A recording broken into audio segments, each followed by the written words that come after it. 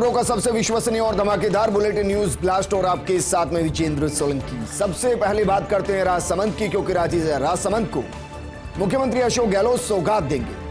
राजसमंद को सौगात देंगे। 12 जून को खमनोर के फतेहपुर जाएंगे मुख्यमंत्री अशोक गहलोत। इस दौरान आयुर्वेदिक चिकित्सा केंद्र का शिलान्यास किया जाएगा। करीब 52 बीघा में बनने जा रहा आयुर्वेदिक चिकित्सालय और जैसे ही यह बनकर तैयार होगा, राजसमंद आयुर्वेदिक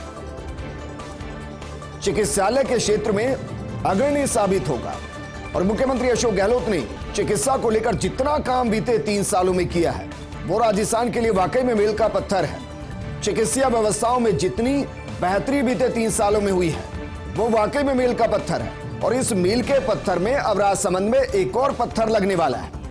ये पत्थर लगेगा 12 जून को खमनोर में फतेहपुर के अंदर मुख्यमंत्री गहलोत जाएंगे और वो पत्थर होगा दरअसल आयुर्वेदिक चिकित्सा केंद्र का, जिसका शिलान्यास मुख्यमंत्री गहलोत करेंगे। करीब 52 बीघा के अंदर ये बनकर तैयार होगा आयुर्वेदिक चिकित्सालय। राज्यसभा चुनाव घमासान, केंद्रीय मंत्री अर्जुन मेघवाल का बयान। कहा कि कांग्रेस खेमे में असंतोष की लहर है, यानी कि हर कोई संतुष्ट नहीं है। एसीबी और पुराने मुकदमों का डर दिखा रही है राज्य सरकार। विधायकों की सरकार करा रही जासूसी, काले धन के इस्तेमाल की आशंका लगातार बनी हुई है और इसलिए बीजेपी ने कार्रवाई की मांग की है। 10 जून को अंतरात्मा की आवाज पर वोट पड़ेंगे। बीजेपी समर्थित निर्दलीय भी चुनाव जीतेंगे। दरअसल इशारा बार बार यही किया जा रहा है, क्योंकि जब आप कांग्रेस की तरफ से बयानों को सुनेंगे तो कहेंगे कि हॉर्स ट्रेडिंग बीजेपी कर रही है। दूसरी तरफ बीजेपी कह रही है कि हॉर्स ट्रेडिंग तो बहुत पहले ही कांग्रेस ने शुरू कर दी। इन सब के बीच में मंत्री अर्जुन मेघवाल ने बयान दिया और कहा कि कांग्रेस खेमे के अंदर असंतोष की मानो लहर बह रही है और मुख्यमंत्री एसीबी और पुराने मुकदमों का डर दिखाकर उनको अपने बेड़े में रखे हुए हैं। शायद उनका इशारा उस फाइल की तरफ था जो 5 साल पहले का मामला, और उस फाइल को अभी खोला गया।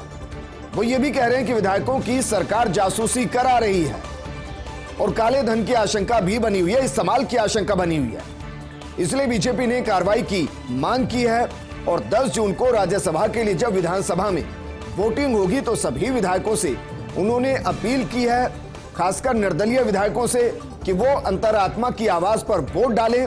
वो ये भी दावा कर रहे हैं कि बीजेपी से घनश्याम तिवारी तो जीत ही जाएंगे, बल्कि डॉक्टर सुभाष चंद्रा, जिनको बीजेपी समर्थन दे रही है और वो निर्दलीय पर्चा भर चुके हैं, वो भी चुनाव जीतेंगे। ये अर्जुन मेघवाल ने दावा किया है।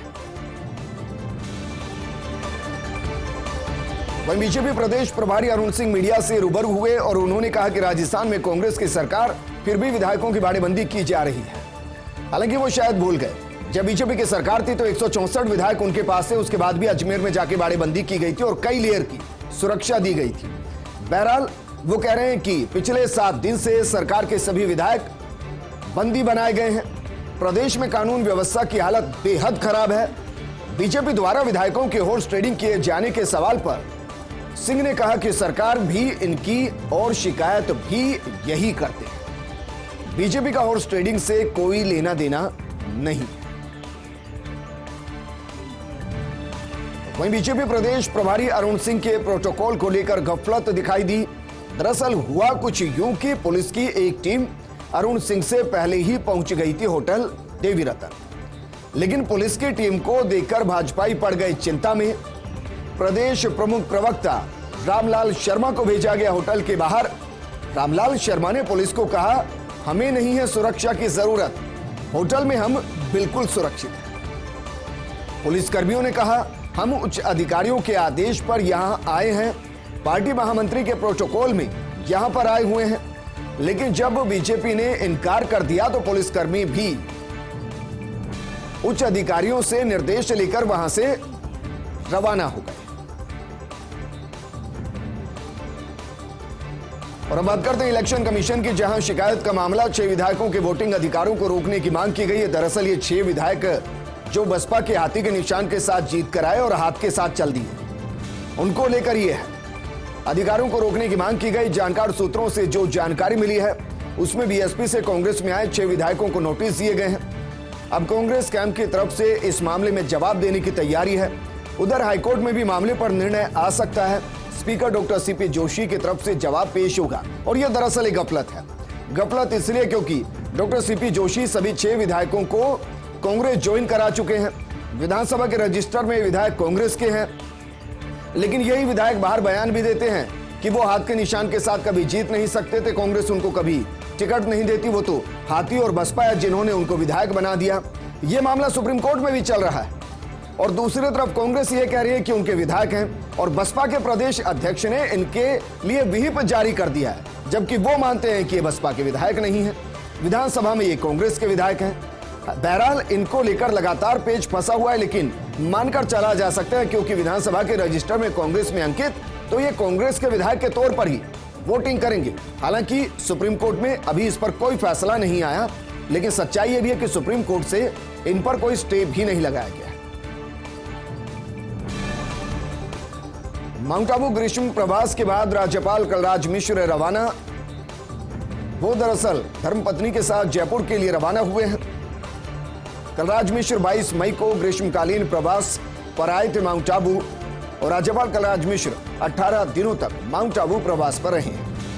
ये दरअसल राज्यपाल हर बार गर्मियों में जाते हैं, ये एक प्रोटोकॉल भी और एक लंबे वक्त से परंपरा चली भी आ रही है और वहां एक राजभवन भी है। माउंट आबू प्रवास के दौरान राज्यपाल ने देखा माउंट आबू का सौंदर्य है। माउंट आबू की सौंदर्य को देख अभिभूत नजर आए राज्यपाल। वाकई में बेहतरीन है माउंट आबू। साबरमती दौलतपुर एक्सप्रेस से राज्यपाल मिश्र जयपुर के लिए रवाना हो गए।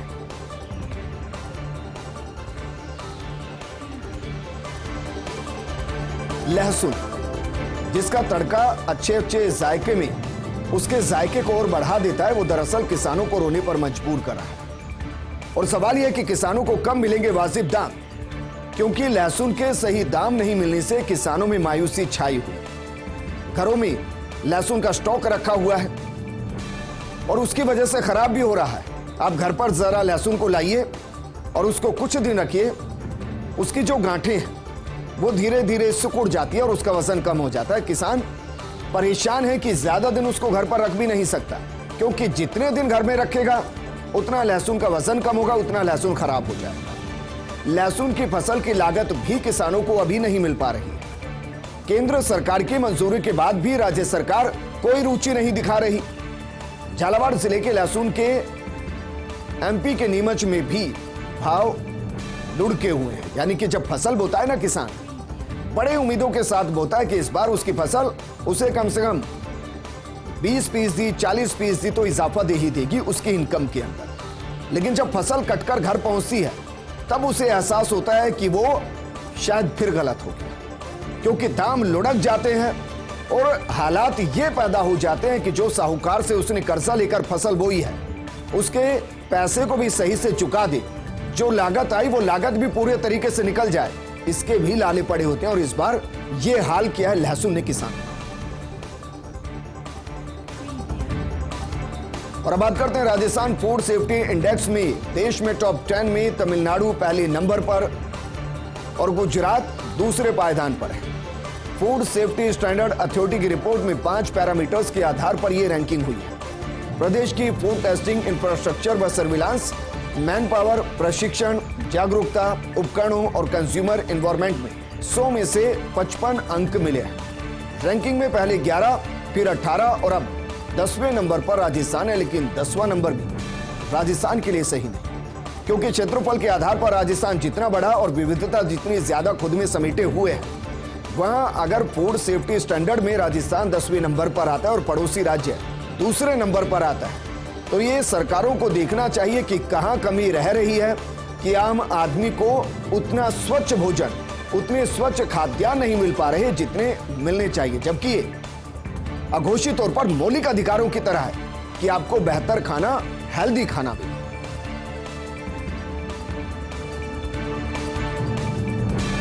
और अब बात करते हैं सिंगल यूज प्लास्टिक, जिस पर शिकंजा लगातार कसता जा रहा है। 1 जुलाई से सिंगल यूज प्लास्टिक पर रोक लग जाएगी, यानी कि जो प्लास्टिक एक बार इस्तेमाल होती है और उसके बाद उसको डिस्पोजल में डाल दिया जाता है, डस्टबिन में डाल दिया जाता है, वो प्लास्टिक अब इस्तेमाल नहीं होगी 1 जुलाई से।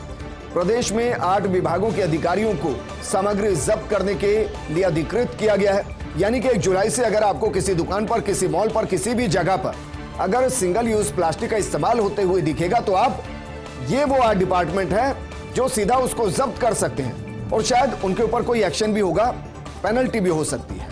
दरअसल पर्यावरण एवं जलवायु परिवर्तन विभाग ने अधिसूचना जारी की है। स्वायत्त शासन विभाग के आयुक्त या कर्मचारी अधिकारी, परिवहन विभाग के जिला परिवहन अधिकारी, रीको के सीएमडी, क्षेत्रीय प्रबंधक, राजस्व विभाग के उपखंड अधिकारी और तहसीलदार, प्रदूषण नियंत्रण मंडल के क्षेत्रीय अधिकारी, गृह विभाग के सभी थाना अधिकारी, पंचायत राज विभाग के खंड विकास अधिकारी और वन विभाग के क्षेत्रीय वन अधिकारी उल्लंघन करने पर व्यक्तिगत हितधारक से 1,000 रुपए, छोटे थोक निर्माताओं से 5,000 रुपए का जुर्माना भी वसूला जाएगा। यानी आपका जो सामान है वो तो जब्त हो ही जाएगा, उसके अलावा आपको पेनल्टी भी भुगतनी पड़ेगी और ये सब होगा 1 जुलाई से। अभी तक नेशनल हाईवेज पर फास्टैग इस्तेमाल होता था, यानी कि आप टोल पर जाइए, अपने आप स्कैन होगा, अकाउंट से पैसा कट जाएगा, आप निकल जाइए, आपको लंबी लाइनों में लगना नहीं पड़ेगा। लेकिन अब अच्छी खबर यह है कि स्टेट हाईवेज पर भी फास्टैग का इस्तेमाल होगा।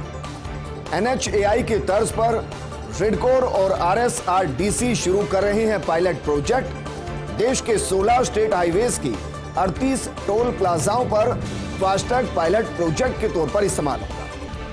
रेडकोर 14 स्टेट हाईवेज के 31 टोल प्लाजा पर 30 जून तक इस ट्रायल को शुरू कर देगा, जबकि RSRDC 2 स्टेट हाईवेज के 7 टोल प्लाजाओं पर फास्टैग को शुरू कर देगा।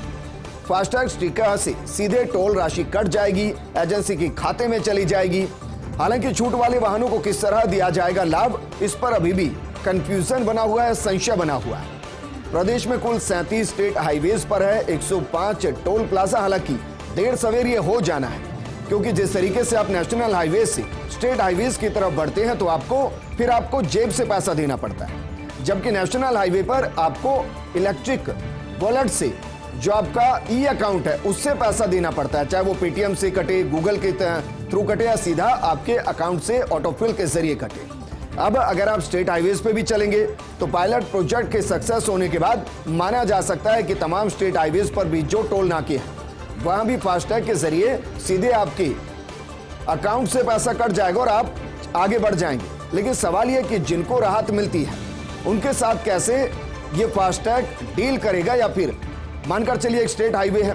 अमूमन ऐसा होता है कि स्टेट हाईवे के आसपास के जो 10-20 गांव होते हैं वो अपना टोल फ्री करा कर रखते हैं, तो जब उनकी गाड़ियों पर फास्टैग लगेगा और वो जब वहां से निकलेंगे तो पैसा अपने आप कटेगा। तो वो पैसा ना कटे इसके लिए क्या किया जा सकता है, इस पर अभी भी कंफ्यूजन। लेकिन हाँ, पायलट प्रोजेक्ट शुरू हो रहा है।